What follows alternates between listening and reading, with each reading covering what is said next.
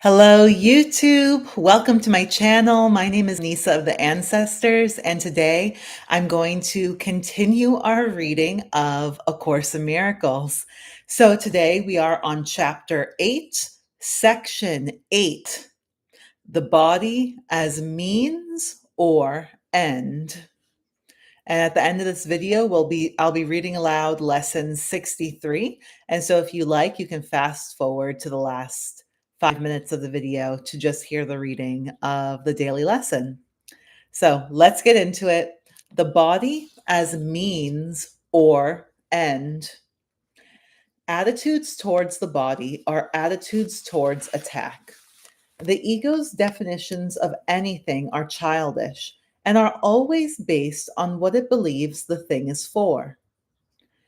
This is because it is incapable of true generalizations and equates what it sees with the function it ascribes to it. It does not equate it with what it is. To the ego, the body is to attack with. Equating you with the body, it teaches that you are to attack with. The body then is not the source of its own health.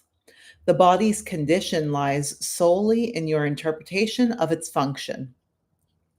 Functions are part of being since they arise from it, but the relationship is not reciprocal. The whole does define the part, but the part does not define the whole. Yet to know in part, it is to know entirely because of the fundamental difference between knowledge and perception. In perception, the whole is built up of parts that can separate and reassemble into different constellations. But knowledge never changes, so its constellation is permanent. Knowledge being the knowledge of God, the knowledge of love. That's what's permanent. The idea of part-whole relationships has meaning only at the level of perception, where change is possible. Otherwise, there is no difference between the part and the whole. The body exists in a world. I'll just pause real quick to say that I didn't really understand anything in that paragraph. That's why it's so important to read it over and over again. So, the body exists in a world that seems to contain two voices fighting for its possession. In this perceived constellation, the body is seen as capable of shifting its allegiance from one to the other, making the concepts of both health and sickness meaningful. The ego makes a fundamental confusion between means and end, as it always does. Regarding the body as an end, the ego has no real use for it because it is not an end. You must have noticed an outstanding characteristic of every end that the ego has accepted as its own. When you have achieved it, it has not satisfied you. That is why the ego is forced to shift ceaselessly from one goal to another so that you will continue to hope it can yet offer you something. It has been particularly difficult to overcome the ego's belief in the body as an end because it is synonymous with the belief in attack as an end. The ego has a profound investment in sickness. If you are sick, how can you object to the ego's firm belief that you are not invulnerable? This is an appealing argument from the ego's point of view because it obscures the obvious attack that underlies the sickness. If you recognize this and also decided against attack, you could not give this false witness to the ego's stand. It is hard to perceive sickness as a false witness because you do not realize that it is entirely out of keeping with what you want. This witness then appears to be innocent and trustworthy because you have not seriously cross examined him. If you had, you would not consider sickness such a strong witness on behalf of the ego's view. A more honest statement would be that those who want the ego are predisposed to defend it. Therefore, their choice of witness should be suspect from the beginning.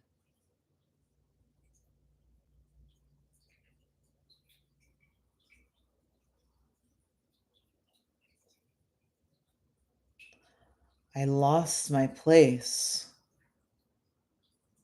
Let's see. Therefore, the choice of witness should be suspect from the beginning. The ego does not call upon witnesses who would disagree in the function, who would disagree with its case, nor does the Holy Spirit. I have said that judgment is the function of the Holy Spirit and one he is perfectly equipped to fulfill. The ego, as a judge, gives anything but an impartial judgment. When the ego calls on a witness, he has already made the witness an ally. It is true. I'll pause there just to mention that when the Holy Spirit is our judge, we are judged by an entity and a force that believes that there is no sin and that there is no guilt. So we're being judged by a ceaselessly loving being. That is why it is okay for the Holy Spirit to be our judge, because there is no sin, because when we make a mistake, when we sin, when we make a mistake, mistakes are merely for correction. And the Holy Spirit comes into our mind and into our thoughts to alleviate us of that guilt, to offer that correction, to offer the actions that we should take in order to be in alignment with love, with what is the most loving action I can take to no longer feel guilty should I make a mistake. So that's the way that the Holy Spirit is our judge. It is still true that the body has no function of itself because it is not an end. The ego, however, establishes it as an end because, as such, its true function is obscured. This is the purpose of everything the ego does. Its sole aim is to lose sight of the function of everything. A sick body does not make any sense. It could not make sense because sickness is not what the body is for. The body is a communication device. Sickness is meaningful only if the two basic premises on which the ego's interpretation of the body rests are true: that the body is for attack and that you are a body. Without these premises, sickness is inconceivable. Sickness is a way of demonstrating that you can be hurt. It is a witness to your frailty, your vulnerability, and your extreme need to depend on external guidance. The ego uses this as its best argument for your need for its guidance. It dictates endless prescriptions for avoiding catastrophic outcomes. The Holy Spirit, perfectly aware of the same situation, does not bother to analyze it at all. If data are meaningless, there is no point in analyzing them. The function of truth is to collect information that is true. Any way you handle error results in nothing. The more complicated the results become, the harder it may be to recognize their nothingness.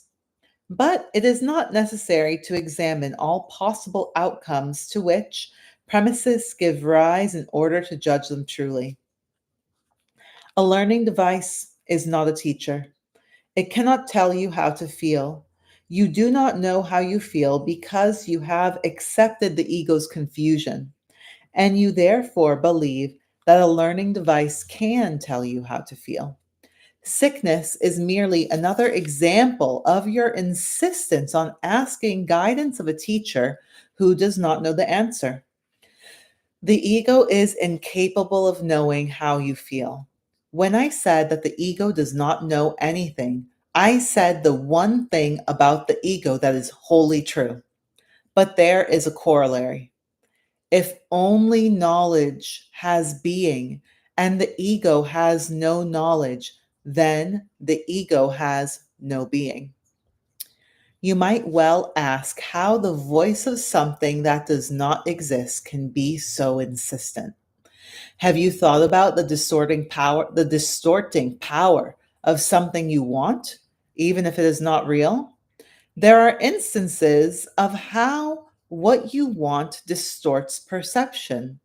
No one can doubt the ego's skill in building up false cases, nor can anyone doubt your willingness to listen until you choose not to accept anything except truth.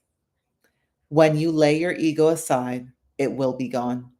The Holy Spirit's voice is as loud as your willingness to listen.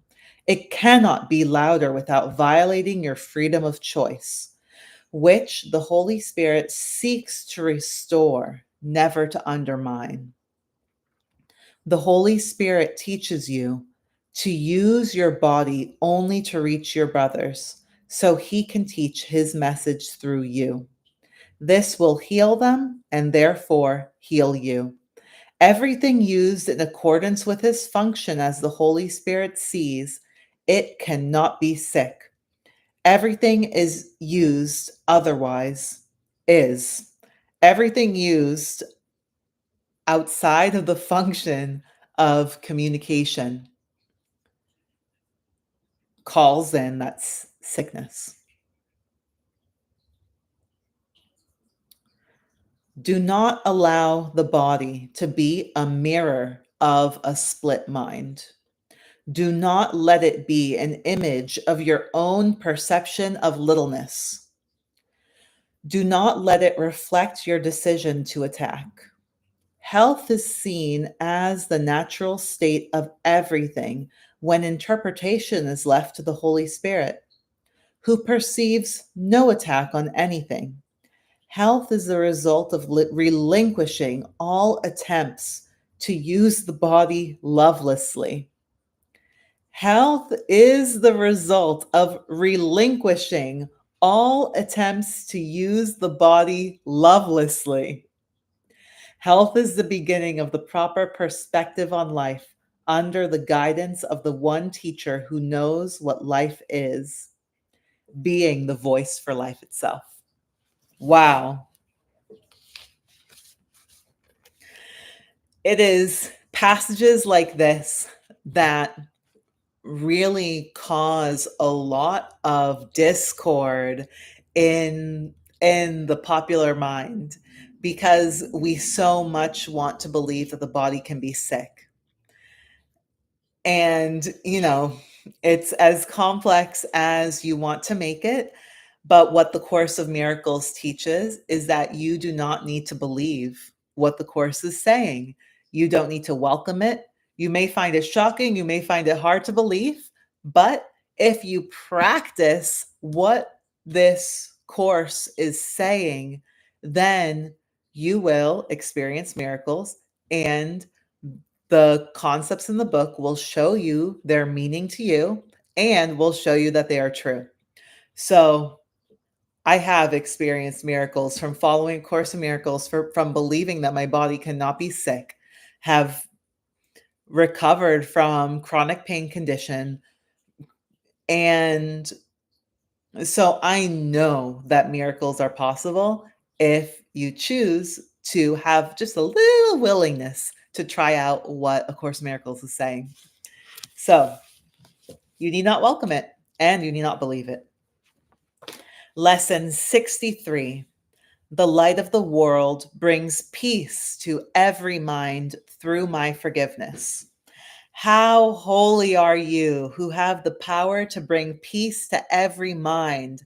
How blessed are you who can learn to recognize the means for letting this be done through you? What purpose could you have that would bring you greater happiness? You are indeed the light of the world with such a function. The Son of God looks to you for his redemption. It is yours to give him, for it belongs to you. Accept no trivial purpose or meaningless desire in its place, or you will forget your function and leave the Son of God in hell. This is no idle request that is being asked of you. You are being asked to accept salvation that it may be yours to give. Recognizing the importance of this function, we will be happy to remember it very often today. We will begin the day by acknowledging it and close the day with the thought of it in our awareness. And throughout the day, we will repeat this as often as we can. The light of the world brings peace to every mind through my forgiveness. I am the means God has appointed for the salvation of the world. If you close your eyes, you will probably find it easier to let related thoughts come to you in the minute or two that you should devote to considering this. Do not, however, wait for an opportunity. No chance should be lost for reinforcing today's idea. Remember that God's Son looks to you for his salvation. And who but yourself must be his son? The light of the world brings peace to every mind through my forgiveness. When we practice forgiveness, when we practice these concepts, because we are one, I'm one with you, we're one with everyone else in the world. When we practice the concepts, we are impacting on the oneness level, on the spirit level. We're influencing everyone around us. And that's why we are the salvation of the world. And it's not an ego trip. It's not it's it's putting the power in us to make this daily decision to live life in accordance with forgiveness and love for everything, every person, every situation. So, something to try. Lesson 63: the light of the world brings peace to every mind through my forgiveness. Remember it often, close your eyes, think of the related thoughts, and have faith. Have faith that life is getting better and that peace is possible and that we're here to connect with each other. Have faith. So, thank you all so much for listening in. I'm Anissa of the Ancestors. You can find me on Instagram and TikTok. And if you'd like to work together one-on-one to receive mentorship or to receive a different way of looking upon any situation in your life, please email me, and you can find my email in the description below. So, see you tomorrow.